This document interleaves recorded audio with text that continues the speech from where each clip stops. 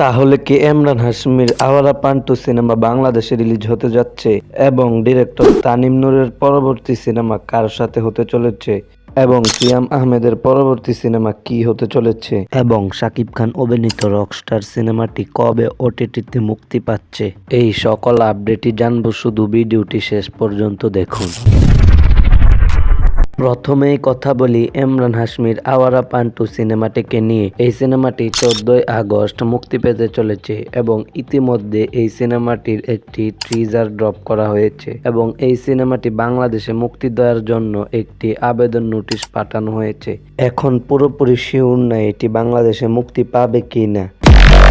এখন কথা বলি সিয়াম আহমেদকে নিয়ে। শোনা গিয়েছে পরিচালক আদনান আল রাজীবের একটি রোমান্টিক সিনেমায় সিয়াম আহমেদ অভিনয় করতে চলেছে। এটা শুধু গুঞ্জন, এখনো শিওর হওয়া যায়নি। কিন্তু এখন সিয়াম আহমেদ আন্দার সিনেমাটিকে নিয়ে বিজি রয়েছেন। সিয়াম আহমেদের আন্দার সিনেমাটি ঈদ ছাড়াই এই বছর কোনো একটা মাসে মুক্তি পেতে চলেছে। ইতিমধ্যে এই সিনেমাটির পোস্ট প্রোডাকশনের কাজ শেষ করা হয়েছে এবং শোনা গিয়েছে এই সিনেমার মেকাররা এই সিনেমাটিকে বিশ্বকাপ খেলার পরে প্রমোশন এবং সুন্দর একটি রিলিজ ডেট জানিয়ে দিবে। এখন কথা বলি পরিচালক তানিম নূরকে নিয়ে।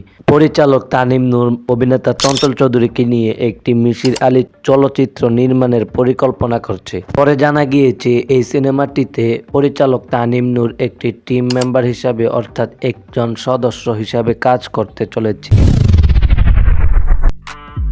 এখন কথা বলি রকস্টার সিনেমাটিকে নিয়ে। এই সিনেমাটি 23শে জুলাই ওটিটি চরকিতে মুক্তি পাচ্ছে।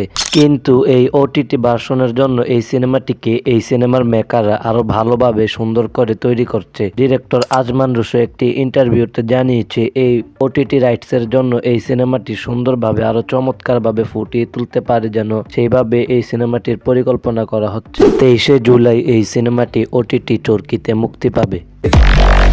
এখন কথা বলি মেহেদী হাসান হৃদয়কে নিয়ে। শোনা যাচ্ছে মেহেদী হাসান হৃদয়ের প্রথম ওয়েব ফিল্ম লাপাত্তা এটি মুক্তি পেতে চলেছে। এই লাপাত্তা ওয়েব ফিল্মটিতে অভিনয় করতে চলেছেন নুসরাত ফারিয়া। এই লাপাত্তা ওয়েব ফিল্মটি কখন এবং কবে মুক্তি পাবে এখনও সে আপডেট জানা যায়নি। সো গাইস, আজকের মতন এখানে ভিডিওটি শেষ করছি। ভিডিওটি ভালো লাগলে ভিডিওতে একটি লাইক দিয়ে আমাদের চ্যানেলটি সাবস্ক্রাইব করুন। ধন্যবাদ।